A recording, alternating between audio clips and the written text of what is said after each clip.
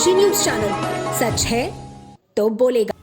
वाराणसी में ज्योतिष पीठाधीश्वर जगत गुरु शंकराचार्य स्वामी अविमुक्तेश्वरानंद सरस्वती जी महाराज ने चुनाव आयोग पर बड़ा आरोप लगाते हुए कहा कि उन्होंने हमारे पर्व को डिस्टर्ब करने के लिए चुनाव आयोग ने षड्यंत्र के तहत ठीक उसी समय बिहार के चुनाव प्रक्रिया को शुरू कर दिया। मेरा मानना है कि चुनाव आयोग ने हिंदुओं की अनदेखी की है और हिंदुओं के पर्व और त्योहार को डिस्टर्ब करने का काम किया गया है। बता दें कि वाराणसी में ज्योतिष पीठाधीश्वर जगत गुरु शंकराचार्य स्वामी अविमुक्तेश्वरानंद सरस्वती जी महाराज ने यमुना नदी के प्रदूषित जल को लेकर कहा कि नदियों को नाला बना दिया गया है, उसके प्रति सरकार की जवाबदेही है लेकिन देती नहीं है। इसके साथ ही उसे गंदगी धोने का एक्सप्रेस बना दिया गया है। यहीं गंगा, यमुना, कावेरी और सभी नदियों के साथ हो रहा है। साथ ही महाराज द्वारा भोजपुरी को लेकर रवि किशन द्वारा खेसारी लाल यादव पर टिप्पणी के प्रश्न पर कहा कि भोजपुरी एक अच्छी भाषा है लेकिन उसमें कुछ शब्दावली ऐसे हैं जिसका अर्थ समझना थोड़ा कठिन होता है। ऐसे में भाषा का सम्मान करना चाहिए और हमारे अधिक भाषा को बोलने से बचना चाहिए जो सुनने और इस्तेमाल करने में अच्छा ना लगे। भोजपुरी में अश्लीलता का प्रवेश कम से कम करना चाहिए। जो भोजपुरी की विशेषता है वो ये है कि उसका एक अल्हड़पन है। वो अल्हड़पने की भाषा है, उसमें थोड़ा खुलापन है। कुछ शब्दावली, कुछ मुहावरे, कुछ वाक्य ऐसे हैं जो बहुत खुलापन प्रदर्शित करते हैं। वो दूसरी भाषाओं में वो अभिव्यंजक शक्ति नहीं है। अब उसी को कभी कभी अतिरेक हो जाता है तो थोड़ी सी भाषा दूसरी भाषा बोलने वाले लोगों के लिए अमर्यादित सी दिखाई देती है। भोजपुरी बेल्ट में जो बात जैसी सहज चली जाती है तो दूसरे लोग अगर उसको सुनते हैं तो उनको अटपटा लगता है कि ऐसा कैसे बोला जा सकता है।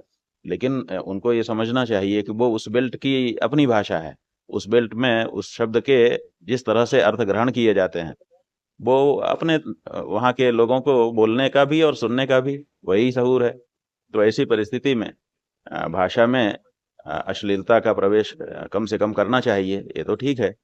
लेकिन कोई भाषा को ही अगर हथियार बनाता है और दूसरा उसके ऊपर आरोप लगाता है कि तुमने भाषा को ही हथियार बनाया है, तो जो आरोप लगा रहा है वो भी तो किसी चीज को हथियार बना के ही आगे बढ़ रहा है।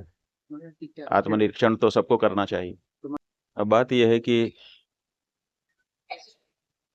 पूजा में लोग जाएं और वो स्नान कर सकें, आचमन कर सकें, ये तो ऊंची बात है।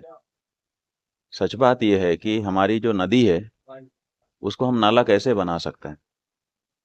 अभी क्या हुआ है कि नदियों को नाला बना दिया गया है और इस बारे में सरकारें जवाबदेह नहीं बन रही हैं।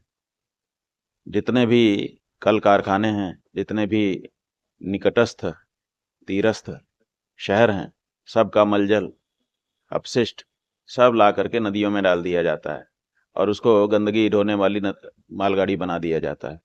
और ये गंगा के साथ हो रहा है, ये यमुना के साथ हो रहा है, यही कृष्णा, कावेरी और नर्मदा के साथ हो रहा है। सब पूरे देश में कोई नदी बची हो तो बताइए। तो सरकारों को क्या शुद्ध जो प्रवाह है वो बनाए रखने के लिए प्रयत्न नहीं करना चाहिए। बीच में जब नदियों के बारे में लोग आवाज उठाते हैं तो जो भी पार्टियां रहती हैं बड़ी बड़ी बातें करती हैं। केजरीवाल जी जब दिल्ली में थे उन्होंने कहा था कि हम यमुना में प्रवाह शुद्ध कर देंगे। अब जो रेखा जी आई हैं वो कह रही हैं कि हम कर देंगे, लेकिन क्या हुआ है वो तो सबके सामने ही है।